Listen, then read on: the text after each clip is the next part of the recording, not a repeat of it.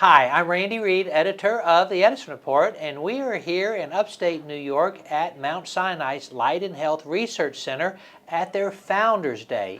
And I am joined by Patricia Rizzo from Axis Lighting. So Patricia, welcome. Well, thank you, Randy. It's a pleasure to be here. I know a little bit about your company because I know Howard Yaffe. So Yeah, he's Howard's a great. good man, and I hear a lot of good things about Axis. It's a wonderful company. Well, tell our audience first a little bit about what you're doing with healthcare lighting.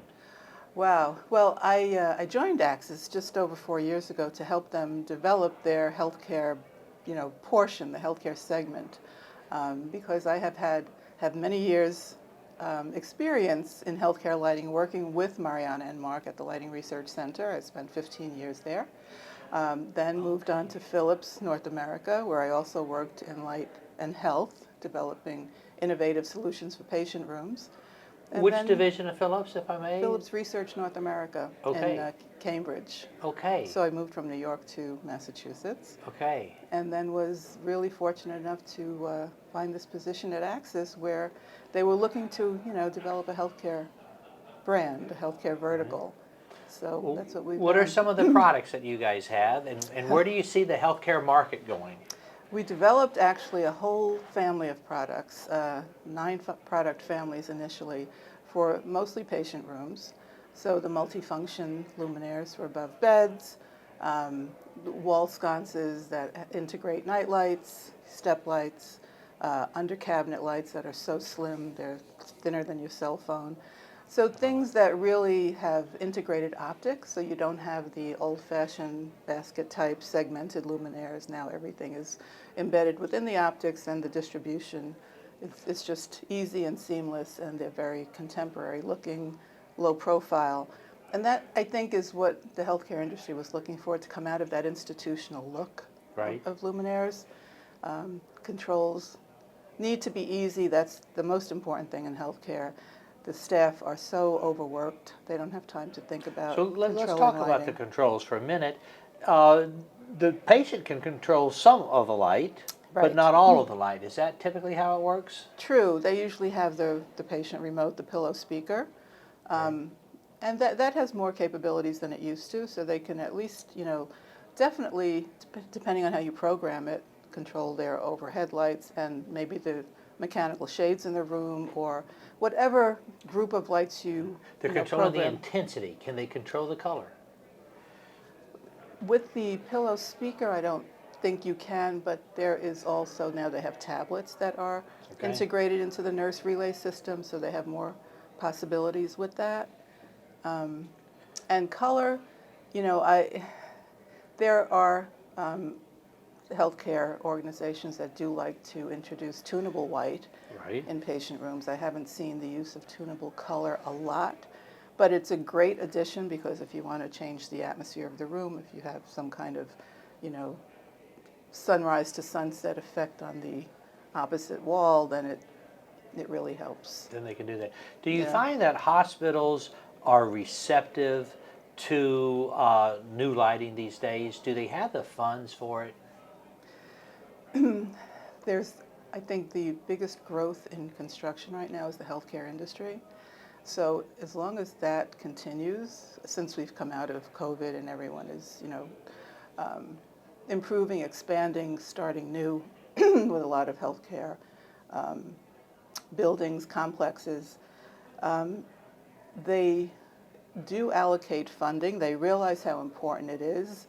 I think we're getting away from only thinking about, upgrading vinyl flooring or some other room finishes, to investing in what is going to help a patient feel better, maybe recover a little bit sooner.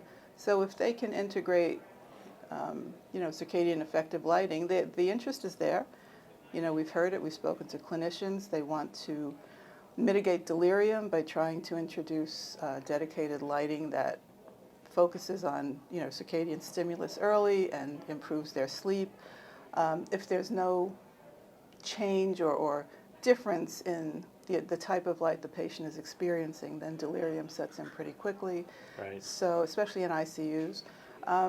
There's a lot of awareness and a lot of interest. And if it's not exorbitantly expensive. If there's an upcharge, maybe a 20% upcharge, then there is interest in implementing it now. Yeah. But if there's a 40 or 50% upcharge, That's typically a consideration. there's not. Yeah. It's interesting what you mentioned about delirium. I saw an article, I'm pretty sure, Wall Street Journal last week, and I believe it said that after surgeries, they studied a hospital, and patients recover 20% quicker if they have a window.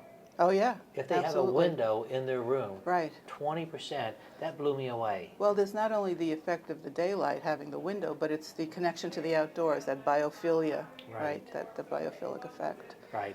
Are you doing anything with UV cleaning in hospitals or in medical? We've explored it, but we haven't pursued it at this point. Yeah. Okay. Yeah. Can you tell our audience about some things that you're working on? Well, we are getting ready to expand our product line and launching into the MRI space right now.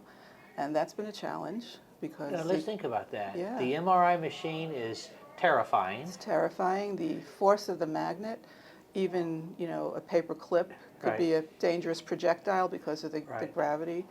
Right, so you're doing lighting in the room where the MRI is. Exactly. And I have to think calm is your #1 goal. You're correct. Not energy efficiency. That's absolutely but keeping that patient calm. And how do you do that? So we've created a series of luminaires that integrate beautiful graphics.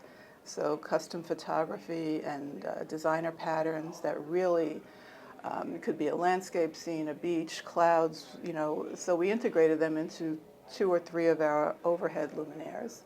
So that would be mostly over the bed of the MRI machine. Also into the sconces, which are light guides, so they're very soft. They provide a little backlight on the wall. You can integrate the same visuals, graphics into those, and they can be 12 inches, 24, 36 inches, so you have a real presence in the room. And then, some of our curved linear slot lighting to accompany, so you can really create a very calming space. Everything can be dimmed as low as it needs to be.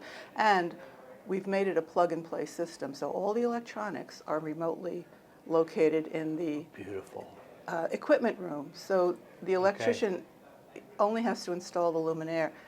The remote power supply with drivers and filters, which are required to mitigate EMI and RF, right?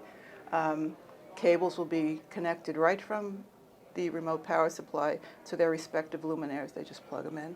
They don't have to do anything. Plug and play. Plug and play. That makes it easy. I think I've been involved with relatives in 2 MRIs in my life, and it must have been 6,000 Kelvin, fluorescent, stark, institutional, horrendous lighting. Yeah, no, this won't be that. This is really, really tranquil. So the balanced care line, which is our healthcare line, now is expanding. So we're really happy and proud about that. And we have the vertical horizontal door system. Okay, well, Mark showed a picture of that in one of their studies. And is that on 24/7? Not usually. Usually it's overnight or dusk to dawn, depending on what the intent is in the patient room. But to help, as Mariana said, we worked on this study back in 15 years ago when I was here, and at the Lighting Research Center. I think it was a Watt Stopper project at that time.